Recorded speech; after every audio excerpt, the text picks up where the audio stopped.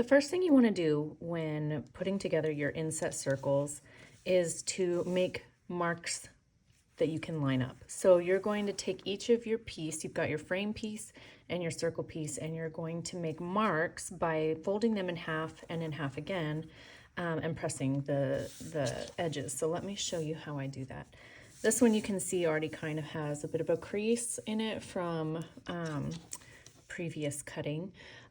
So I'm just going to fold it again, and what I'm going to do when I'm folding is making sure that my strips line up. So you can see here that the seams will nest when you're lining it up. So that's how you make sure that that's in half perfectly.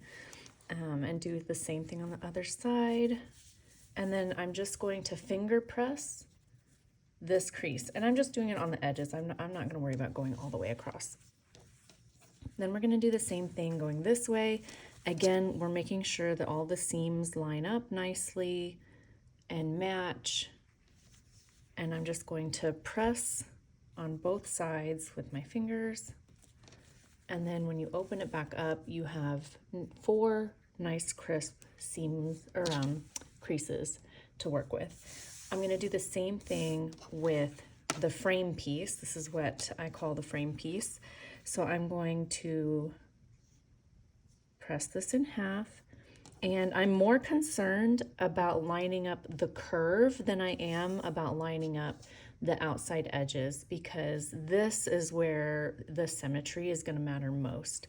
So yes, I want it to be as square as possible, but this is where it matters the most, is along this curve. So I'm just pressing these edges right here, and then I'm going to fold it in half again. So you can see my outside edge isn't completely lined up, but my curve is, so I'm okay with that. So again, we're going to line that up and press those edges so that I now have 4 crisp creases that I can align with my creases on my circle. So now what you're going to do is put the circle down first, face up, and then you're going to put the frame piece on top, also face up. I know it sounds weird, but that's what we're going to do, face up. You're going to get a couple of pins. I got my pin dish over here. I'm going to just start with 4. You can definitely do more if you feel more comfortable with pinning more. I usually only go with 4. Otherwise, I just feel like they get in the way. So what you're going to do now is you're going to line up the 2 curves. So I'm going to start at the top, and I'm going to flip this over so that now both right faces are together. And I'm going to line up that crease with the other crease, and I'm going to pin it in place. So now I'm just going to turn, and we're going to do the exact same thing. So I've got my crease. I'm going to line it up with the crease here and pin it in place. So we're just going to go around the whole circle, pinning those 4 spots.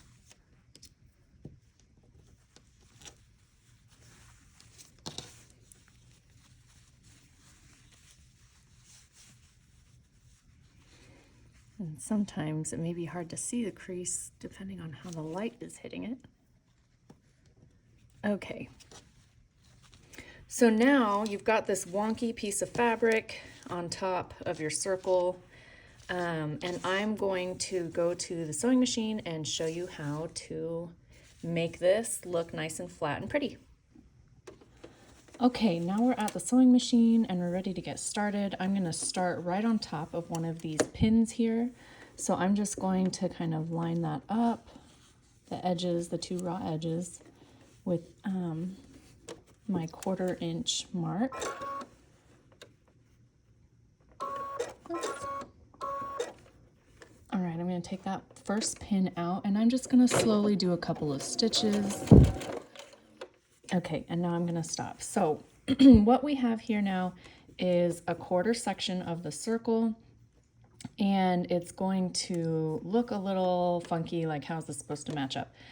but I promise it does. I usually just take the center of those two pins and I pull it out and match it up.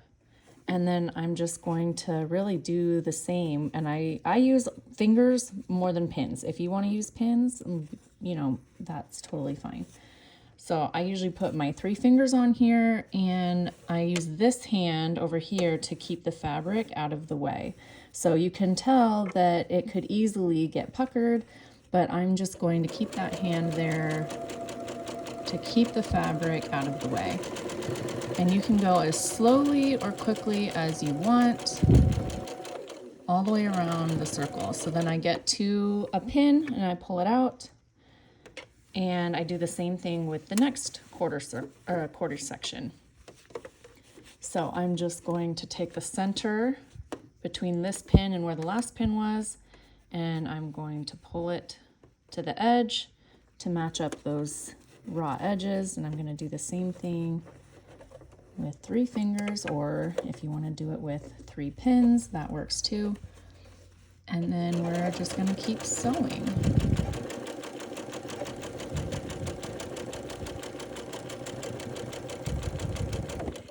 If you get to a spot where you think you're going to sew over a pucker, which it looks like I'm about to, I will just lift my presser foot, keeping the needle down, and adjust the fabric as needed.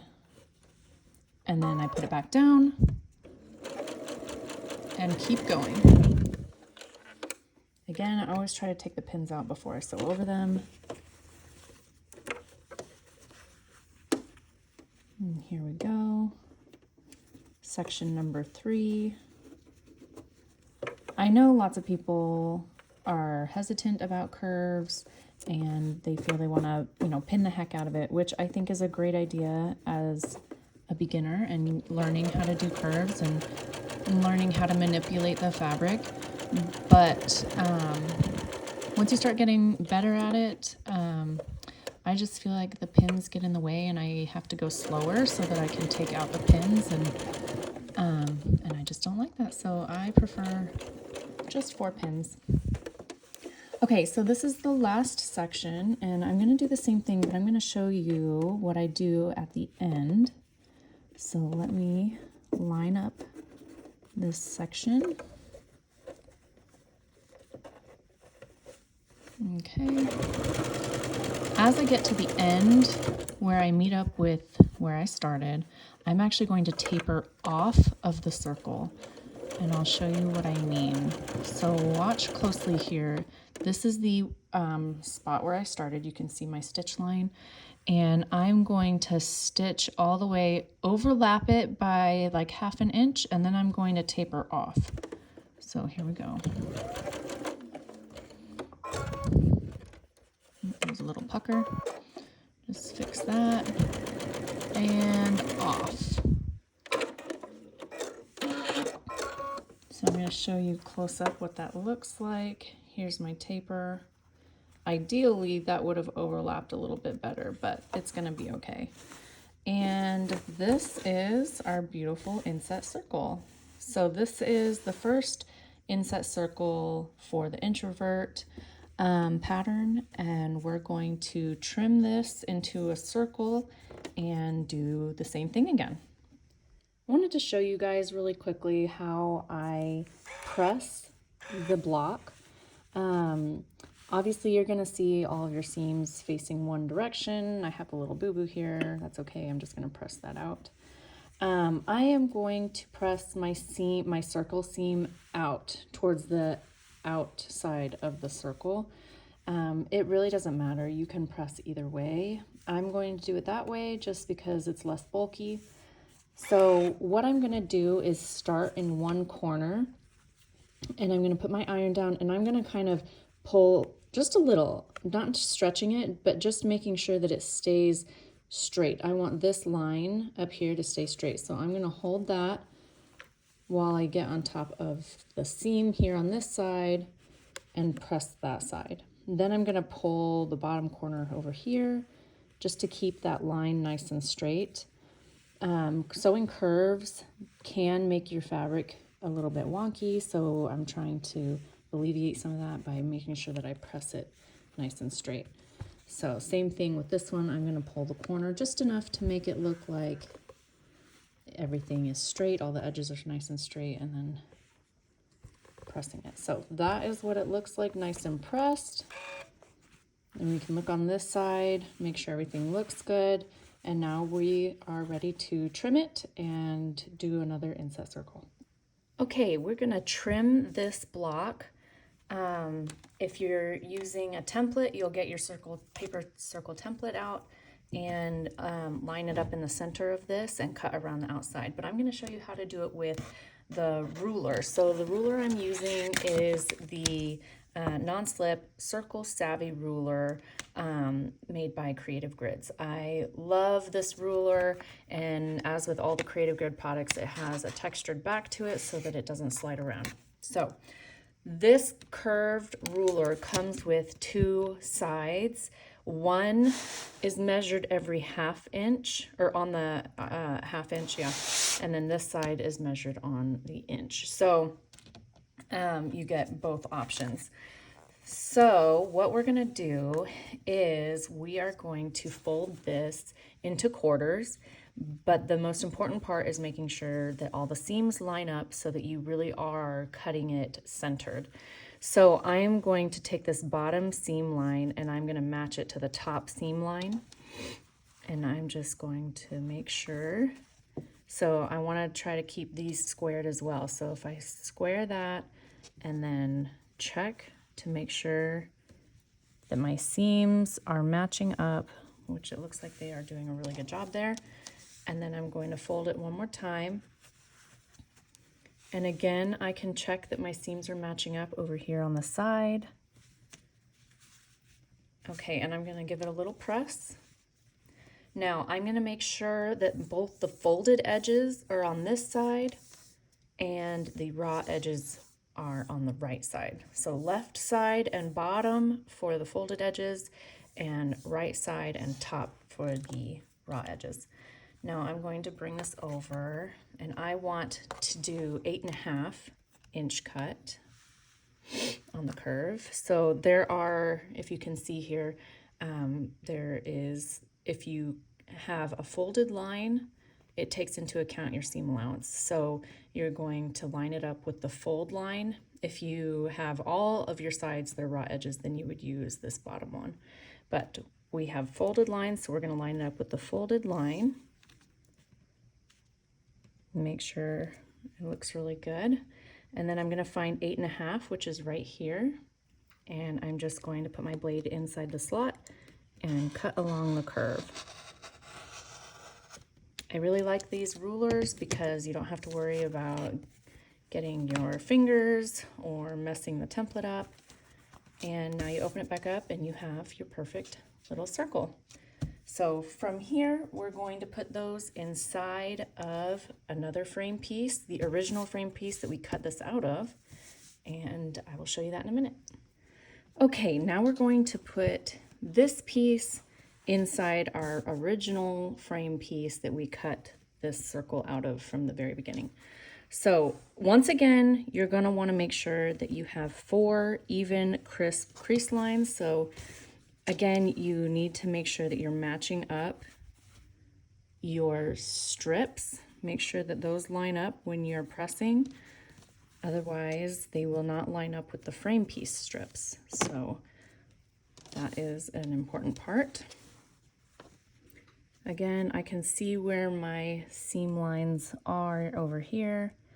So I'm matching those and pressing on both edges. You can also use one of these, a seam presser, and press those down.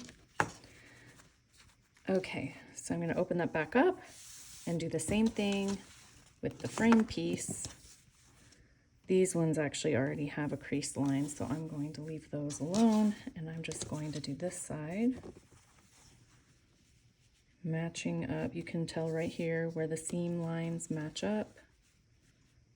So I'm going to match those and press right here.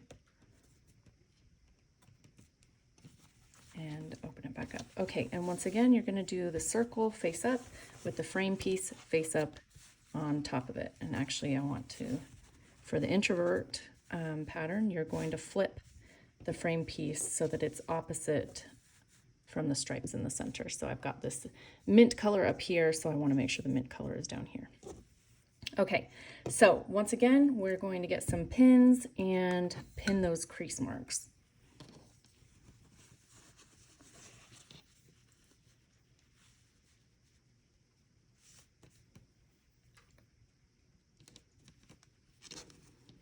You are going to have some of this occasionally from just the nature of trimming so close to a seam. You don't need them. You're welcome to snip them off.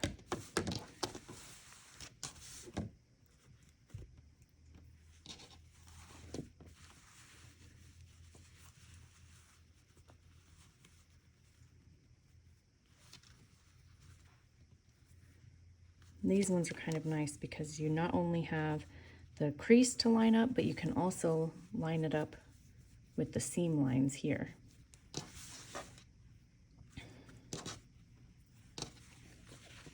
Okay.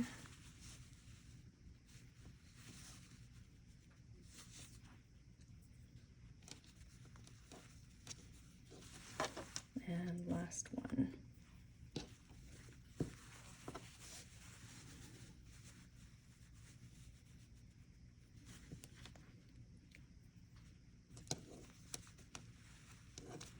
Make sure that looks nice. Perfect. Okay. All right, so we got this weird floppy thing. We're gonna go to the sewing machine and sew around the edges. All right, here we go again with our last inset circle for this block. Once again, I'm gonna start right on top of a pin section, line it up with my 1/4 inch, lower the foot, remove the pin, and sew just a couple of stitches just to hold it in place. Okay, so now I'm gonna find my next pin, and here's my section. This is gonna get a little tricky because your frame piece is made up of some seams. So you're gonna wanna make sure that your seams are not pulling apart. If they are, you're gonna wanna try to keep those together. And you don't want to pull or stretch anything too hard, or it'll kind of get out of whack. But this one is probably gonna feel a little looser than the curve you did before. So just take your time, go slow. Make sure you get those seams in there as you do your curve. Keeping the edges aligned.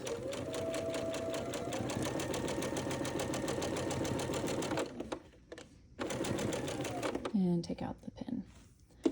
All right, so we're gonna keep going around the whole circle, and at the end, once again, we're going to taper off like I did with the other curve.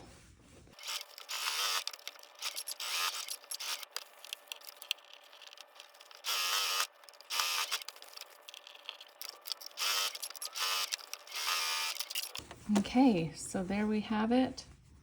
Here's my taper off. This one was a little better at overlapping and then tapering. And now we're gonna go press it and see our beautiful block. Here's our nicely pressed block. You can see there's no puckers anywhere. There's still some crease lines that need to be pressed out, but that's okay. What I want to show you here really is how these strips are supposed to line up in the end. It's not perfect, and it could be a little better right here, like it's not quite straight across, but the overall idea is that the eye thinks that it's a continuous strip, and that's how you do the introvert block.